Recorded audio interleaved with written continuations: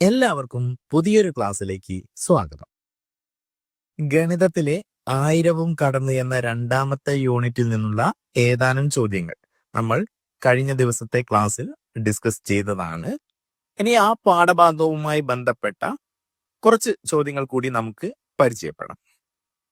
അപ്പോൾ ക്ലാസ്സിലേക്ക് പോകുന്നതിന് മുൻപ് എല്ലാവരോടും ഒരു റിക്വസ്റ്റ്: നമ്മുടെ ചാനൽ സബ്സ്ക്രൈബ് ചെയ്യുക, ലൈക്കും കമന്റും ചെയ്യുക. നിങ്ങളുടെ കൂട്ടുകാർക്കൊക്കെ LSS എഴുതുന്ന കൂട്ടുകാർക്കൊക്കെ നമ്മുടെ ചാനൽ ഷെയർ ചെയ്ത് കൊടുക്കുക.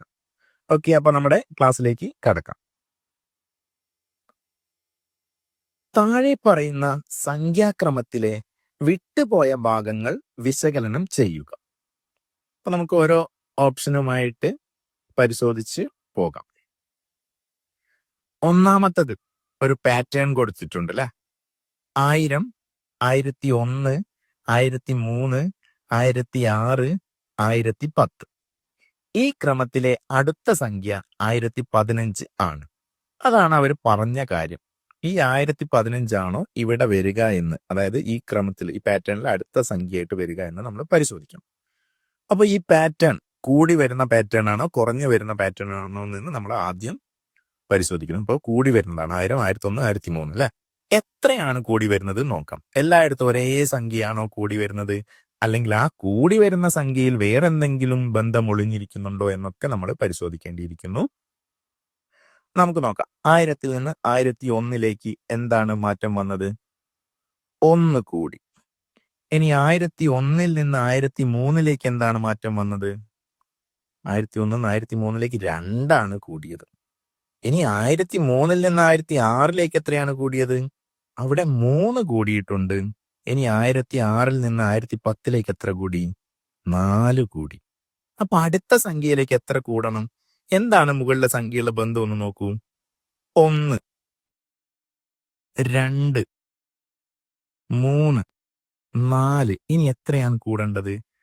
5 വേണം കൂടാൻ. അപ്പൊ 5 കൂടിക്കഴിഞ്ഞാൽ 1010-ഉം 5-ഉം 1015 വരേണ്ടത്. അപ്പൊ ഇവിടെ അവർ പറഞ്ഞത് 1015.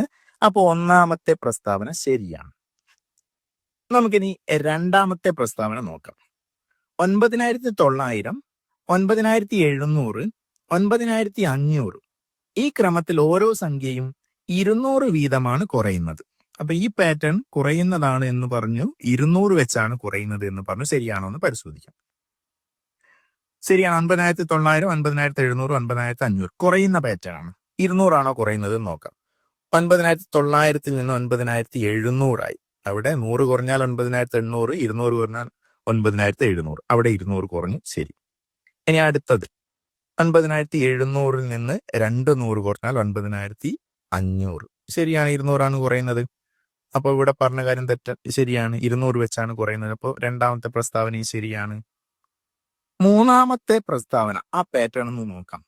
1111, 2222, 3333 എന്ന ക്രമത്തിലെ 10ാമത്തെ സംഖ്യ 11110 ആണ്.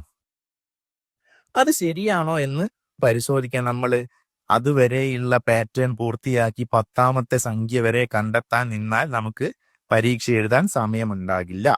ഇവിടെ നമ്മൾ ശ്രദ്ധിക്കേണ്ട കാര്യം എന്താണ്? ആദ്യത്തെ സംഖ്യ 1111 ആണ്. രണ്ടാമത്തത് 2222 ആണ്. എത്രയാണ് കൂടിയത്? 1111 തന്നെയാണ് കൂടിയത്. അപ്പോ ഒരു 1111 കിട്ടിയാൽ നമുക്ക് എത്ര തന്നെ കിട്ടും? 1111. ഇവിടെയോ 2111 ചേർന്നപ്പോൾ 2222. മൂന്നാമത്തതില് 3111 ചേർന്നപ്പോഴാണ് 3333 കിട്ടുന്നത്. അപ്പൊ 10ാമത്തത് കണ്ടെത്താൻ നമ്മൾ എന്ത് ചെയ്താൽ മതി? 10 1111 കൂട്ടണം. അങ്ങനെ 10 പ്രാവശ്യം എഴുതി കൂട്ടുന്നത് പകരം നമുക്കുള്ള എളുപ്പ വഴി എന്താണ്? ഗുണിക്കുകയാണ്. 1111 10 കൊണ്ട് ഗുണിക്കണം. 10 കൊണ്ട് ഗുണിക്കാനുള്ള എളുപ്പ വഴി എന്താണ്? വേറെ ഒന്നും ചെയ്യണ്ട. ഈ ഗുണിക്കേണ്ട സംഖ്യയുടെ അവസാനം ഒരു 0 ഇട്ട് കൊടുത്താൽ മതി. അപ്പൊ എത്ര കിട്ടി? 11110. ശരിയായ ഉത്തരമാണ്. അപ്പൊ ഈ മൂന്നാമത്തെ പ്രസ്താവനയും ശരിയാണ്. 1ഉം 2ഉം 3ഉം പ്രസ്താവനകൾ ശരിയായതുകൊണ്ട് ഇത് വരുന്ന ഏതാണ്? ഓപ്ഷൻ ഡി ആണ്. 1, 2, 3 എന്നിവയെല്ലാം ശരിയാണ്. അപ്പൊ അതാണ് നമ്മുടെ ശരിയുത്തരം. ഓക്കെ അല്ലേ? അപ്പൊ പാറ്റേണിന്റെ കാര്യം നമ്മൾ ശ്രദ്ധിക്കണം. എല്ലാ പാറ്റേണിലും ആദ്യം ഒരു സംഖ്യ തന്നെ 5 തന്നെ കൂടി ആയിരിക്കില്ല പോവുക. ചിലപ്പം 5 കൂടും, അടുത്തത് 6 കൂടും, അതിന്റെ അടുത്തത് 7 കൂടും, 8 അങ്ങനെ പോകാം. ചിലപ്പോൾ 5, 10, 15, 20 വെച്ച് കൂടി പോകാം. പാറ്റേൺ ശ്രദ്ധിക്കുമ്പോൾ ചെയ്യുമ്പോൾ എല്ലാവരും ശ്രദ്ധിച്ച് മുകളിൽ നമ്മൾ ഒന്നാമത്തെ ചെയ്തതുപോലെ മുകളിൽ അടയാളം ഇട്ട് വെച്ചിട്ട് ചെയ്തു പോകുക. എത്ര വെച്ചാണ് കൂടുന്നത് അല്ലെങ്കിൽ എത്ര വെച്ചാണ് കുറയുന്നത് എന്ന് അടയാളപ്പെടുത്തിയിട്ട് ചെയ്തു പോയാൽ നമ്മളോട് പാറ്റേൺ തെറ്റിപ്പോകില്ല. ഓക്കെ അല്ലേ? നമുക്ക് അടുത്ത ചോദ്യത്തിലേക്ക് കടക്കാം. താഴെ പറയുന്ന ഗണിത പ്രശ്നം വിശകലനം ചെയ്യുക. ഒരു സംഖ്യയിൽ 15 ആയിരങ്ങളും 15 നൂറുകളും 15 ഒന്നുകളുമുണ്ട്. ഓപ്ഷൻ 1, ഈ സംഖ്യ 16,515 ആണ്. അത് ശരിയാണോ? നമ്മൾ അങ്ങനെ നോക്കാം. നമുക്ക് ആ പറഞ്ഞതൊക്കെ നോക്കാം, പരിശോധിച്ച് നോക്കാം. 15,000, 15ഉം 1000ന്റെ 3 പൂജ്യങ്ങളും ചേർത്തു 15,000. 15 നൂറ്, 15ഉം 100ന്റെ 2 പൂജ്യങ്ങളും ചേർത്തു 1500. 15 1, 15 തന്നെ സ്ഥാനവിലയ്ക്ക് അനുസരിച്ച് നമ്മൾ എഴുതി. ആകെ എത്രയുണ്ടെന്ന് നോക്കാം. 5, 1, 5, 5 3 6, 1, 16,515. ഇവിടെ പറഞ്ഞ സംഖ്യ അതാണല്ലോ, 16,515 അല്ലേ? അപ്പൊ ഒന്നാമത്തെ പ്രസ്താവന ശരിയാണ്, നമ്മൾ ശരിയിട്ട് വെച്ചു. രണ്ടാമത്തെ പ്രസ്താവന, ഇതൊരു 5 അക്ക സംഖ്യയാണ്. നമുക്ക് പരിശോധിക്കാം. 1, 2, 3, 4 5 അക്ക സംഖ്യയാണ് അല്ലെ? അപ്പോ അതും ശരിയായ പ്രസ്താവനയാണ്. ഇനി 3, ഈ സംഖ്യയിലെ അക്കങ്ങളുടെ തുക 18ആണ്. അക്കങ്ങളുടെ തുക എന്നാൽ എന്താണ്? ആ സംഖ്യയിൽ ഏതൊക്കെ അക്കങ്ങളാണോ ഉള്ളത് അതൊക്കെ തുക കണ്ടെത്തുക. അതിന്റെയൊക്കെ അതായത് കൂട്ടി നോക്കുക. ഏതൊക്കെ കൂട്ടണം? 1 കൂട്ടണം, 6 കൂട്ടണം, 5 കൂട്ടണം, 1 കൂട്ടണം, 5 കൂട്ടണം. കൂട്ടി നോക്കൂ എത്രയാണ് കിട്ടുന്നതെന്ന്. 1ഉം 6ഉം 7, 7ഉം 5ഉം 12, 12ഉം 1ഉം 13, 13ഉം 5ഉം 18ആണ് കിട്ടിയത്. ശരിയായ പ്രസ്താവനയാണ്. അപ്പോൾ ഈ 3 പ്രസ്താവനകളും ശരിയാണ്. അപ്പോൾ ഏത് ഓപ്ഷനിലാണ് അങ്ങനെ വരുന്നത്? ഓപ്ഷൻ ഡി ആണ് ശരിയായ ഉത്തരം. ആർക്കും അതിലൊരു സംശയവുമില്ലല്ലോ.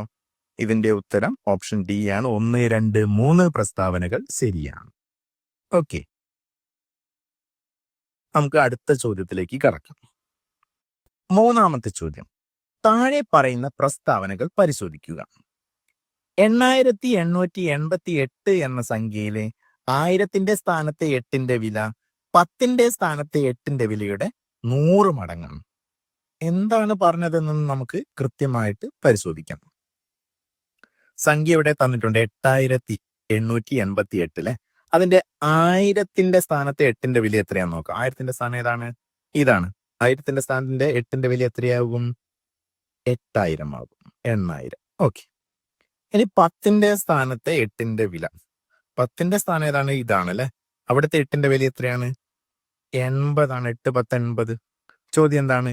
8,888 എന്ന സംഖ്യയിലെ 1000ത്തിന്റെ സ്ഥാനത്തെ 8ന്റെ വില 10ന്റെ സ്ഥാനത്തെ 8ന്റെ വിലയുടെ 100 മടങ്ങാണ്.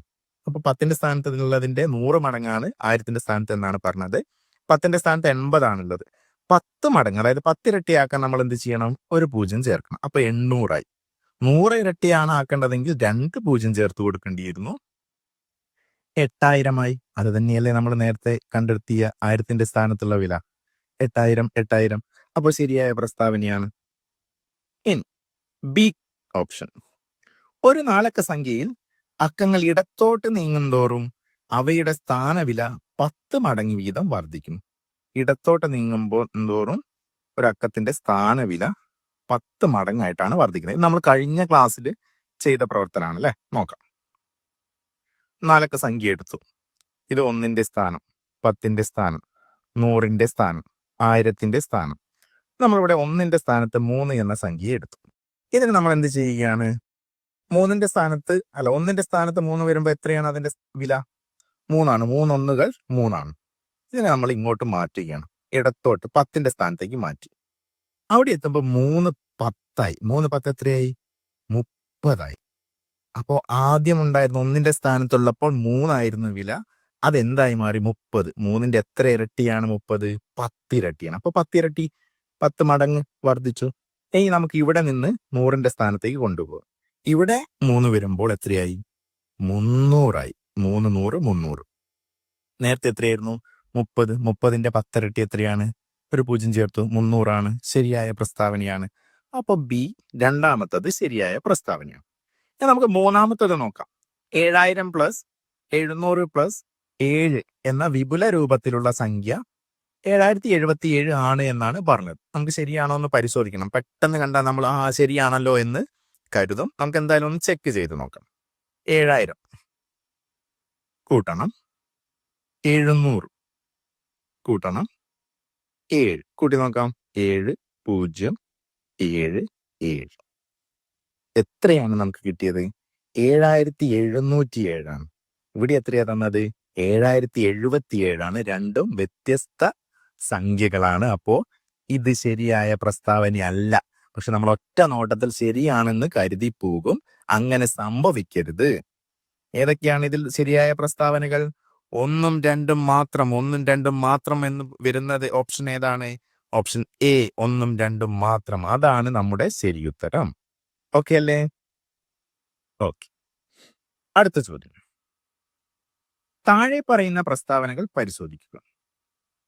4 വ്യത്യസ്ത അക്കങ്ങൾ ഉപയോഗിച്ച് നിർമ്മിക്കാവുന്ന ഏറ്റവും ചെറിയ 4 അക്ക സംഖ്യ 1023 ആണ്. എന്താണ് പറഞ്ഞത്?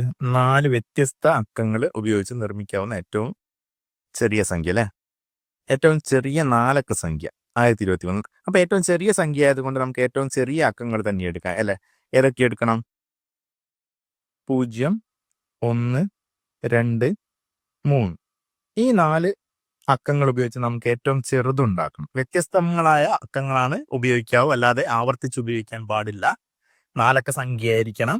ഏറ്റവും ചെറിയ സംഖ്യ ആയിരിക്കണം. നോക്കാം. നമുക്ക് ഏറ്റവും ചെറുത് 0 ആണെന്ന് വെച്ച് 0 1000ന്റെ സ്ഥാനത്ത് കൊടുക്കാൻ പറ്റുമോ? ഇല്ല. അപ്പോൾ 1 പിന്നെയുള്ള ഏറ്റവും ചെറുത്. അത് 1000ന്റെ സ്ഥാനത്ത് കൊടുത്തു.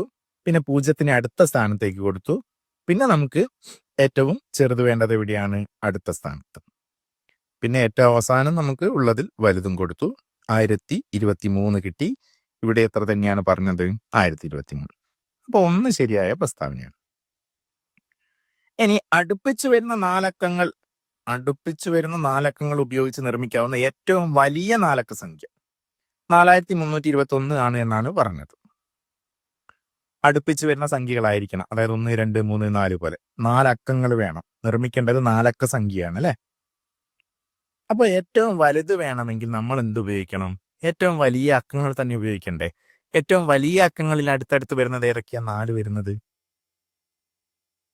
നമുക്ക് 6 7 8 9. 9 അല്ലേ ഏറ്റവും വലിയ ഒരക്ക സംഖ്യ, ഒരക്കം അല്ലെ? അപ്പോൾ നമുക്ക് അത് വെച്ചിട്ട് വേണം 1000 തുടങ്ങണം. എന്നാലാണ് നമുക്ക് ഏറ്റവും വലിയ സംഖ്യ 4 അക്ക സംഖ്യ ഉണ്ടാക്കാൻ സാധിക്കൂ. 1000ന്റെ സ്ഥാനത്ത് ഏറ്റവും വലുത് കൊടുത്തു. പിന്നെയുള്ള വലുത് 100ന്റെ സ്ഥാനത്ത് കൊടുത്തു. പിന്നെയുള്ള വലുത് 10ന്റെ സ്ഥാനത്തും പിന്നെയുള്ളത് 1ന്റെ സ്ഥാനത്തും കൊടുത്തു. എത്രയാണ് ഏറ്റവും വലിയ സംഖ്യ കിട്ടിയത്? 9876 ആണ്. ഇവിടെ പറഞ്ഞത് 4321 ആണ് അല്ലെ? അപ്പൊ ഇത് തെറ്റായ പ്രസ്താവനയാണ്. അപ്പോൾ ഒന്നാമത്തത് ശരിയാണ്, രണ്ടാമത്തത് തെറ്റാണ്. അങ്ങനെ ഒരു ഓപ്ഷൻ വരുന്നത് 1 ശരി 2 തെറ്റ് എന്ന് പറയുന്നത് ഓപ്ഷൻ സി ആണ്. സിയിൽ നമുക്ക് ശരിയിടാം. ഓക്കെ അല്ലേ? 5. അടുപ്പിച്ച് വരുന്ന 4 അക്കങ്ങൾ, ഉദാഹരണത്തിന് 1 2 3 4, ഉപയോഗിച്ച് നിർമ്മിക്കാവുന്ന ഏറ്റവും വലിയ സംഖ്യയിൽ നിന്ന് ഏറ്റവും ചെറിയ സംഖ്യ കുറയ്ക്കുക.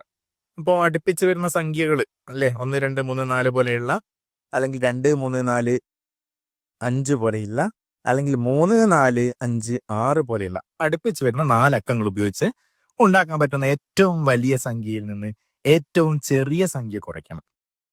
എന്നിട്ട് അതുമായി ബന്ധപ്പെട്ട കാര്യങ്ങളാണ് പറയുന്നത്. 4 5 6 7 4 5 6 7 എന്നീ അക്കങ്ങൾ ഉപയോഗിച്ചാൽ ലഭിക്കുന്ന വ്യത്യാസം 3057 എന്നാണ് പറയുന്നത്. നമുക്ക് ചെയ്തു നോക്കാം. 4, 5, 6, 7 ഉപയോഗിച്ചിട്ട് നമുക്ക് ഉണ്ടാക്കാൻ സാധിക്കുന്ന ഏറ്റവും വലിയ സംഖ്യ ഏതാണ്? 7654. ഇതിൽ നിന്ന് നമ്മൾ എന്ത് ചെയ്യണം? ഏറ്റവും ചെറിയ സംഖ്യ കുറയ്ക്കണം. ഏറ്റവും ചെറിയ സംഖ്യ ഏതാണ്? 4, 5, 6, 7. നമ്മൾ കുറച്ച് നോക്കിക്കഴിഞ്ഞാൽ നമുക്ക് എത്ര കിട്ടുമെന്ന് നോക്കാം അല്ലെ. 4ൽ നിന്ന് 7 കുറയ്ക്കാൻ സാധിക്കില്ല. അപ്പോൾ നമ്മൾ ഇവിടെ നിന്ന് ഒന്ന് കടമെടുക്കുകയാണ്. ഇവിടെ 4ആയി മാറി, ഇവിടെ 14ആയി. 14ൽ നിന്ന് 7 കുറച്ചു, നമുക്ക് 7 കിട്ടി. 4ൽ നിന്ന് 6 കുറയ്ക്കാൻ സാധിക്കില്ല. അപ്പോൾ നമ്മൾ ഇവിടെ നിന്ന് അങ്ങോട്ട് ഒന്ന് കടമെടുക്കുകയാണ്. അപ്പോൾ ഇവിടെ 5ആയി, ഇവിടെ 14ആയി. 14ൽ നിന്ന് 6 കുറച്ചപ്പോൾ എത്ര കിട്ടി? 8 കിട്ടി. 5ൽ നിന്ന് 5 കുറച്ചപ്പോൾ 0 കിട്ടി. 7ൽ നിന്ന് 4 കുറച്ചപ്പോൾ 3 കിട്ടി. 3087 ശരിയായതാണ്. ഈ പ്രസ്താവന ശരി. ഇനി നമുക്ക് അടുത്ത സംഖ്യകൾ അക്കങ്ങൾ ഉപയോഗിച്ച് സംഖ്യ ഉണ്ടാക്കി നോക്കാം. 1, 2, 3, 4. 4, 3, 2, 1. 4321 ഏറ്റവും വലുത്. ഏറ്റവും ചെറുത് 1234. നമുക്ക് കുറച്ച് നോക്കാം അല്ലെ. 1, 11. 11ൽ നിന്ന് 4 കുറച്ച് എത്ര കിട്ടി? 7 കിട്ടി. 1ൽ നിന്ന് കുറയ്ക്കാൻ സാധിക്കില്ല. 1 വന്നു. 11ൽ നിന്ന് 3 കുറച്ചാൽ എത്ര കിട്ടി? 8 കിട്ടി. 2ൽ നിന്ന് 2 കുറച്ചു 0. 4ൽ നിന്ന് 1 കുറച്ചു 3. അപ്പോഴും നമുക്ക് ഏത് തന്നെ കിട്ടി? 3087 കിട്ടി. രണ്ടാമത്തെ പ്രസ്താവനയും ശരിയാണ്. ഇനിയാണ് നമ്മൾ ശ്രദ്ധിക്കേണ്ടത് മൂന്നാമത്തെ. എന്താണ് പറഞ്ഞത്? ഏത് 4 തുടർച്ചയായ അക്കങ്ങൾ എടുത്താലും, അതായത് 0 ഒഴികെയാണ്, 0 കൂടാതെ ഏത് 4 തുടർച്ചയായ അക്കങ്ങൾ എടുത്താലും ഈ വ്യത്യാസം എപ്പോഴും തുല്യമായിരിക്കും. അതെത്രയായിരിക്കും? 3087 ആയിരിക്കും. അപ്പൊ നമ്മൾ 2 ഉദാഹരണം ചെയ്തപ്പോഴും നമുക്കത് ശരിയാണെന്ന് കിട്ടി. കൂടുതൽ ഉദാഹരണം ചെയ്താലും നമുക്ക് അതേ ഉത്തരം തന്നെയാണ് കിട്ടുക. അപ്പോ അതും ശരിയായ പ്രസ്താവനയാണ്. 1, 2, 3 പ്രസ്താവനകൾ ശരിയാണ് എന്നുള്ള ഡി ആണ് നമ്മുടെ ഓപ്ഷൻ. ഓക്കെ ആണോ?